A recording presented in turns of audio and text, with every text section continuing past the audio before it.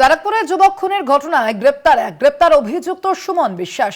ব্যারাকপুর থেকে গ্রেপ্তার করা হয়েছে সুমন বিশ্বাসকে। এমনটাই জানতে পারা যাচ্ছে। আপনাদের জানাবো, ব্যারাকপুরে যুবক খুনের ঘটনায় গ্রেপ্তার করা হলো একজনকে। গ্রেপ্তার করা হলো অভিযুক্ত সুমন বিশ্বাসকে। ব্যারাকপুর থেকে গ্রেপ্তার করা হয়েছে সুমন বিশ্বাসকে। তাকে জিজ্ঞাসাবাদ চলছে বলেই জানতে পারা যাচ্ছে। ব্যারাকপুরে যুবক খুনের ঘটনায়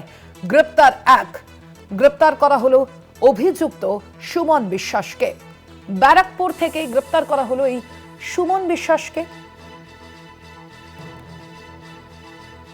আজ মহকুমা আদালতে পেশ করা হয় এই ঘটনায় অভিযুক্ত সুমন বিশ্বাসকে। তাকে গ্রেপ্তার করা হয়েছে। আপনাদের জানাবো, ব্যারাকপুরের থেকেই তাকে গ্রেপ্তার করা হয়েছে। যুবক খুন কাণ্ডে গ্রেপ্তার অভিযুক্ত সুমন বিশ্বাস। ব্যারাকপুর থেকে গ্রেপ্তার করা হলো সুমন বিশ্বাসকে। আজ তাকে মহকুমা আদালতে পেশ করা হয়।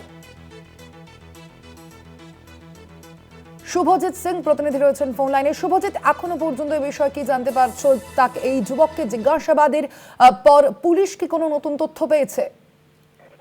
দেখো, পুলিশের তরফ থেকে এখনো ভাবে পরিষ্কার কিছু বলা হয়নি। তবে তুমি জানো, গতকালে যে ব্যারাকপুরে বিলপাড়ার ঘটনা, অর্থাৎ ইংরেজি নববর্ষ দিনে যে রাতে খুন হন বিজয় দাস, সেই খুনের ঘটনায় কিন্তু সুমন বিশ্বাসকে পুলিশ গতকাল রাত্রিবেলায় গ্রেপ্তার করে।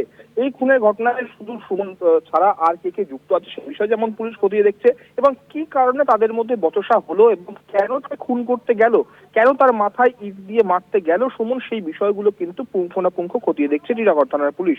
ইতিমধ্যেই Barrackpore police commissionerate DC central Indramadan Jha তিনি জানিয়েছেন যে সুমন ছাড়া কে কে যুক্ত আছে সেটা যেমন দেখা যাচ্ছে, এবং এদের যে বন্ধুত্বটা ছিল তা হঠাৎ করে এই তাদের শত্রুতা কি করে পরিণত এবং মূল যে কি কারণ ছিল সেই বিষয়গুলো কিন্তু এখনো পর্যন্ত খতিয়ে দেখা হচ্ছে। ইতিমধ্যেই অভিযুক্তের বিরুদ্ধে পুলিশ তদন্তে নেমেছে।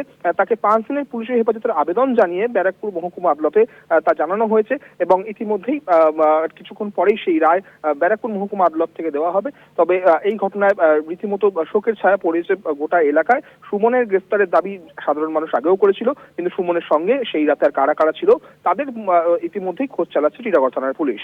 ধন্যবাদ শুভজিৎ।